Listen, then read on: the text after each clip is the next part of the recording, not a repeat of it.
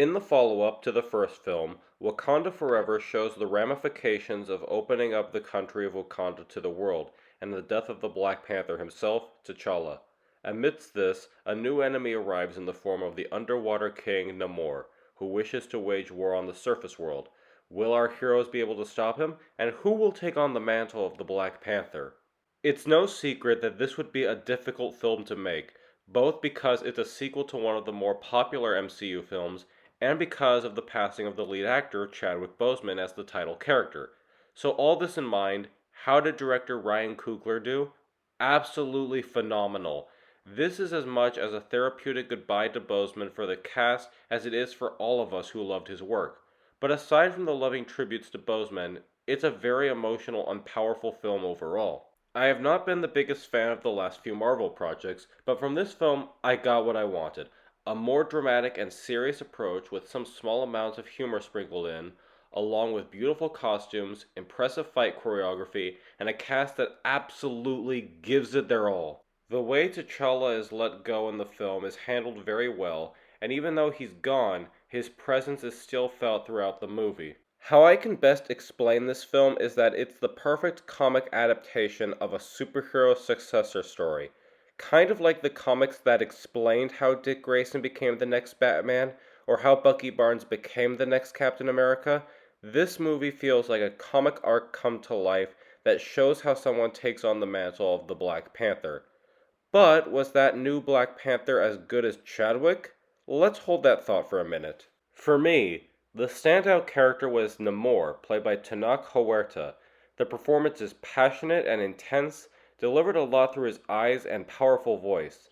What I like about director Ryan Coogler's Black Panther villains is that you understand where they're coming from.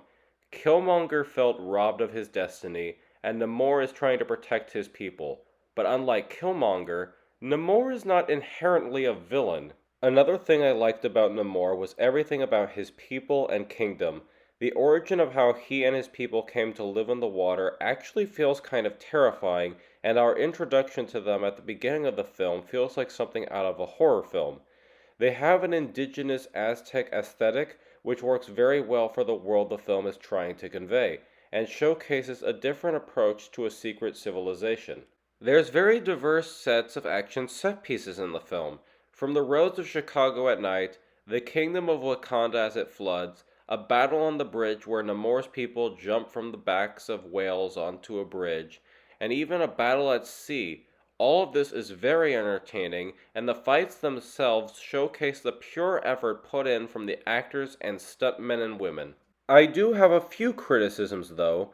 I think the film borrows a few subplots from other MCU films. Namor wanting to go after a child is pretty similar to Scarlet Witch wanting to go after America Chavez in Multiverse of Madness. Recruiting that child, who is still in school, is similar to Tony Stark recruiting Peter Parker in Civil War. And then we have the giant army battle at the end of the film, which is present in almost every MCU film nowadays. While I liked Riri Williams, aka Ironheart, and the actress did indeed do a great job, I think she was not entirely needed for this film. I get it, Namor wants her dead because she poses a threat, but as the film progresses, they kind of just run out of uses for her. Honestly, it just felt like another attempt to introduce a character for her future spin-off show. It's probably a given that we all know who the new Black Panther is, but I won't spoil in case you don't know. But I will say, this new lead is missing a level of charisma Boseman had. The character is very good and their arc is splendid, but you do feel like something is missing. This one's a little tricky to explain, but it might be because you don't see this character as Black Panther until the end, whereas you're with Boseman as the Panther for the entire first film. Maybe I'm being too harsh, I'm a little unsure. But aside from all these criticisms, I really did enjoy the film. It's probably my favorite of the Phase 4 films. Yes, even over No Way Home and Shang-Chi. It has a superb cast, a fantastic director, great action set pieces, beautiful world building, and honors the original lead actor in such a touching way that it's bound to make people cry. It's probably on par for me with the first film, as it's still too soon to determine if one is better than the other. I do recommend the film, but I will warn about the length. clocking in at almost 3 hours. Yeah, it doesn't need to be that long. And there is only one end credit scene, though it is a charming one. Track down a theater near you and go see Black Panther Wakanda Forever. Thanks. This is an O.M.M review. This is O.M.M signing out.